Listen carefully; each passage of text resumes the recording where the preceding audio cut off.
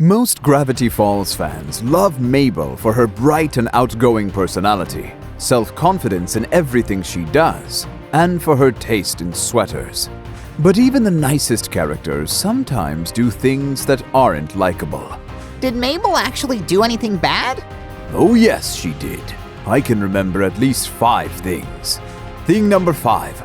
Mabel laughed at Dipper when he got stuck in the mindscape and had to use a sock puppet to talk to her. And that's when he needed her help getting his body back from Bill. But she did apologize for that.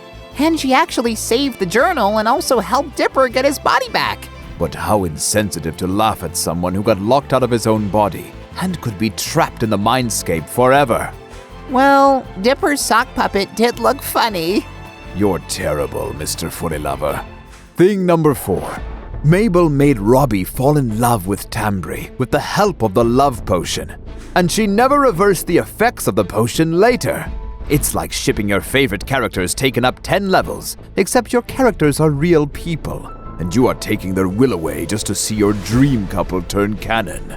But it is noted in Ford's Journal 3 that the love potion wears off in 3 hours after you drink it. So the truth is that Robbie and Tambry really do love each other. All they needed was a little push, so you could not really blame Mabel for being a villain in this situation. Ugh, fine. The worst of Mabel's actions are yet to be announced. Thing number 3. Mabel was against Dipper becoming Ford's apprentice, and had a fight with him when he decided to share the news. Despite the fact that it was an awesome opportunity for Dipper, Mabel just thought of herself. Well, it was understandable. I mean, they've always faced problems together. Of course Mabel was scared to lose Dipper, just like Stan Pines was scared to lose Ford when they were about to separate after high school.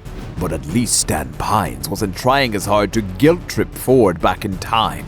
Mabel, however, went so far that it leads us to thing number 2. Mabel accepting Bill Cipher's offer for the summer to last forever in exchange for the rift. And thing number 1. Mabel unwilling to get out of the prison bubble until Dipper actually decided to sacrifice his apprenticeship with Ford to stay with her. Speaking of thing number 2, yes, I know what you will say. She thought she was dealing with a time traveler, Blendon. She couldn't possibly guess the consequences of giving away the rift. But hey, trapping a whole town in a time loop without a second thought about how it will influence the lives of everyone else, including your own family, that cannot simply be excused by a fear of the future. As well as thing number 1. Dipper, Seuss, and Wendy went through so many obstacles to save Mabel from the prison bubble Bill put her into. And she couldn't care less about weird Mageddon happening outside her dream Mabel land. She refused to allow them to save her because Bill made her every wish come true in the prison bubble. And self-centered as always, Mabel was okay with everything around her meaning nothing, as long as her own life was the way she wanted. Only until Dipper agreed to give up his apprenticeship with Ford did she allow them to convince her to get out of Mabel land. But Mr. Scoffer, after they got out of the prison bubble, Mabel told Dipper that it was okay for him to become Ford's apprentice. She learned her lesson. Yes, after she got her way.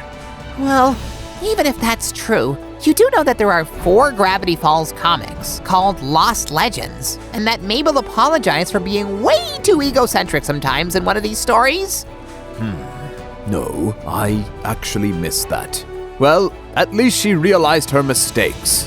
And what do you think was the worst thing Mabel Pines did in the series? Let us know in the comments, and don't forget to subscribe to Cartoon Junkies.